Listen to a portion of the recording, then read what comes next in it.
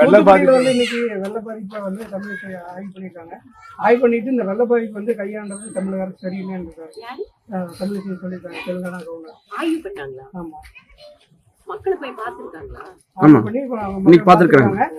வந்து கையாள அப்படின்னு சொல்லியிருக்காங்க. அதுக்கு அமைச்சர் என்ன சொல்லியிருக்காருன்னா, இவங்க வந்து கவர்னரா இருந்தா போதும், பாஜக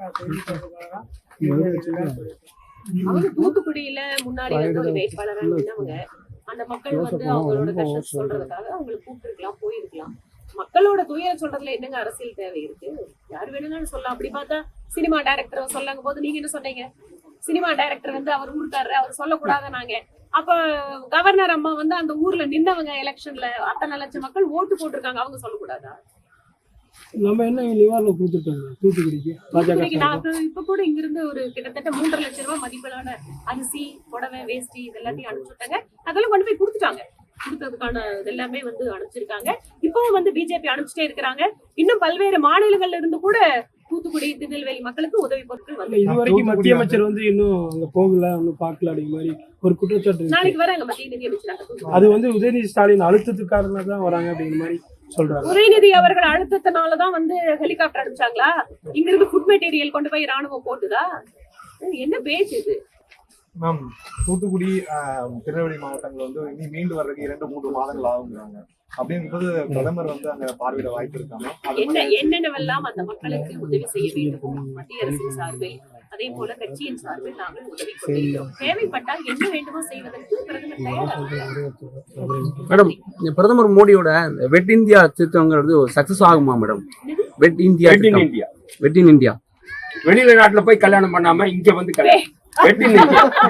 மோடி தான் அதை அறிவிச்சிருக்கு. டெஸ்டினேஷன் வெட்டிங்ஸ் பத்தி அவர் சொன்னது, அதாவது இதுக்கு முன்பாக கூட நம்மளுடைய நாட்டு பொருட்களை நாமளே பயன்படுத்தணும் அப்படிங்கறதுக்காக, அதே மாதிரி உள்ளூர் பொருட்களுக்கு சிறப்பு கொடுக்கணுங்கிறதுக்காக ஹோட்டல் ஃபார் லோக்கல்னு ஆரம்பிச்சாரு.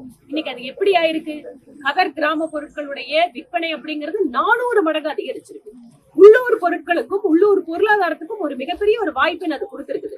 அந்த மாதிரி அவர் என்ன சொல்றாரு, கல்யாணங்கள் எல்லாம் வெளிநாடுகள்ல போய் பண்ணாதீங்க. ஏன்னா இப்ப நம்ம நிறைய பாக்குறோம், வெளிநாடுகள்ல போயிட்டு கல்யாணம் பண்ணும் போது பணம் எல்லாம் வெளியில போகுது.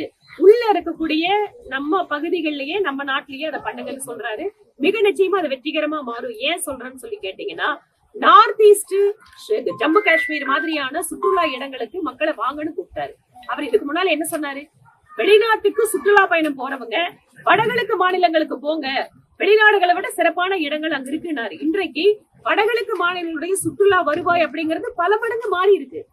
ஸ்ரீநகருக்கு சுற்றுலா பயணிகளுடைய எண்ணிக்கை பல லட்சங்களாக மாறி இருக்கு. இதெல்லாமே நடந்துட்டு இருக்கு. அதனால டெஸ்டினேஷன் வெட்டிங்கும் இந்தியாவில் நடக்கிறதுக்கான வாய்ப்புகள் அதிகரிக்கும். இதன் வாயிலாக நம்ம ஊருக்குள்ளேயே பொருளாதாரம் மேம்படும். ஆர்டிகல் 370 பத்தி ஆப்போசிஷன் வந்து ரொம்ப சொல்றாங்க, நாங்க வந்தோம்னு இதை எடுத்துருவோம். இதே வந்து ஃபரூக் அப்துல்லா ஒரு பிஃபோர் ஆர்டிகல் வந்ததுக்கு அப்புறம் அவங்க அப்பனாலையும் ஆர்டிகல் 370 போட முடியாது. இப்ப ஆர்டிகல் 370 அவ்வளவு சக்சஸ் ஆயிருக்கு. அதை பத்தி நீங்க என்ன சொல்றீங்க? ஆர்டிகல் 370ங்கிறது பிஜேபியுடைய ஒரு கோர் பிரின்சிபல். நாங்கள் ஆட்சிக்கு வந்தால் 370வது சிறப்பு பிரிவை ரத்து செய்வோம்னு மக்களுக்கு நாங்க வாக்குறுதி கொடுத்திருந்தோம். ஆட்சிக்கு வந்தோம், தனிப்பெரும்பான்மையோட இருந்தோம், எங்களோட வாக்குறுதியை நிறைவேற்றிருக்கோம். இதன் வாயிலாக என்ன நடந்திருக்கு? அங்க இருக்கக்கூடிய பட்டியலினத்தை சார்ந்தவங்களுக்கு இதுவரைக்கும் பிரதிநிதித்துவமே இல்ல. பெண்களுக்கு பிரதிநிதித்துவம் இப்ப கிடைக்க போகுது. இதுவரைக்கும் ஜம்மு காஷ்மீரில் நீதி கிடைக்காத மக்களுக்கு நீதியை உறுதி செய்திருப்பது இந்த ரத்தின் வாயிலாக நடந்திருக்கு. அந்த மக்கள் தேசிய நீரோட்டத்தில் இணைவதும் அந்த பகுதியினுடைய வளர்ச்சிக்கும் இந்த 370 இன்னும் 5 வருஷ காலம். நான் ஒரே உதாரணம் தான் உங்களுக்கு சொன்னேன். ஸ்ரீநகரினுடைய அமைதி என்பது இன்று சுற்றுலாத்துறையினுடைய மிகப்பெரிய மாற்றத்திற்கு வித்திட்டு இருப்பதை போல அந்த பிராந்தியத்தினுடைய மாநிலத்தினுடைய யூட்டியினுடைய வளர்ச்சிக்கு இந்த 370 பிரிவினுடைய ரத்து என்பது மிகப்பெரிய அளவில் உதவி. பாதகம் செய்பவரை கண்டால் நாம் பயங்கொள்ளலாகாது பாப்பா, மோதி மிதித்து விடு பாப்பா, அவர் முகத்தில் உமிழ்ந்து விடு பாப்பா. அண்மை செய்திகளை உடனுக்குடன் தெரிந்து கொள்ள இணைந்திருங்கள் இயம்நாடு தொலைக்காட்சியுடன்.